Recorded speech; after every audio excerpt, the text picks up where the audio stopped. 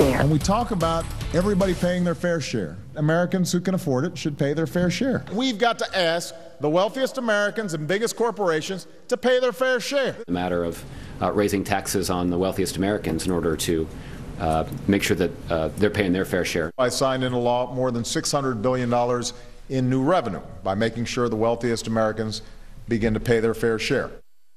You know, if I had a dime for every time I heard a politician say the rich should pay their fair share in taxes, I'd not only have a lot of dimes, I think I'd have enough dimes to pay off the entire debt right now.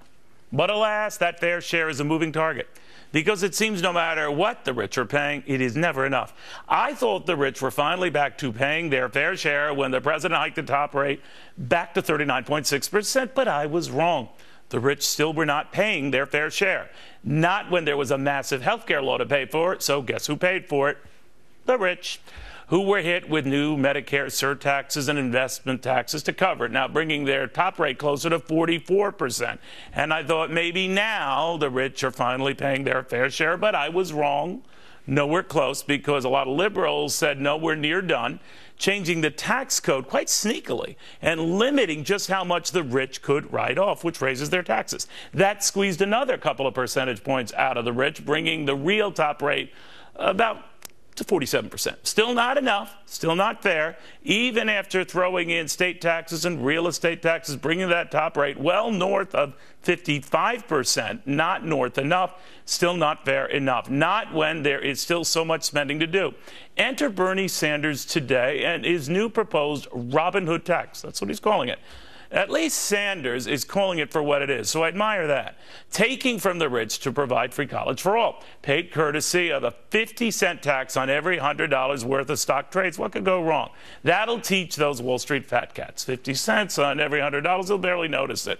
My friends, you are talking trillions of dollars in trades. Do the math. Not exactly chump change, but Sanders figures for these chumps, it's pay dirt, even if it's a dirty way to do it. Yet I suspect it still won't be enough, because I also suspect the rich still won't be paying their fair share. Not when nearly half of Americans aren't paying any taxes at all. Someone has got to pay for all of this government, so no wonder Robin Hood had his merry men. You'd be merry too if it wasn't your money you were stealing. Or should I say, I don't know, share it. After all, fair is fair, as long as you need only share in the bounty and not in paying for the bounty. Because when Bernie Sanders is invoking Robin Hood and Hillary Clinton is again talking just today about cards stacked against folks, I think you can see the Sherwood forest for the trees.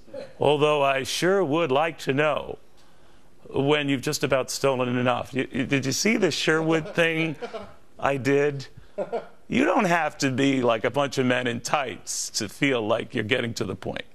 But anyway, we're going to explore this a lot more on Fox Business tonight, because it is uncanny, because every time I heard a tax hike proposed, it was always under the guise of then the rich will be paying their fair share. Well, we've gone up, what, almost 10 percentage points, and the rich are not paying their fair share. And I'm telling you, I heard it from a congressman who said, as I mentioned earlier in the show, the top rate used to be 90%. Neil, we have a lot more to go. I want you to think about that when people look at the jump in taxes we've seen, and liberals who look at that and say, you know what, we have a lot more to go. Is it me, or is it uncanny that they're very creative at coming up with ways to get more money, not so with finding ways to save more money? It is weird. But on Fox Business Network tonight, we break it all down. You don't get Fox Business? Demand it! Because June 1st, everything changes. Everything.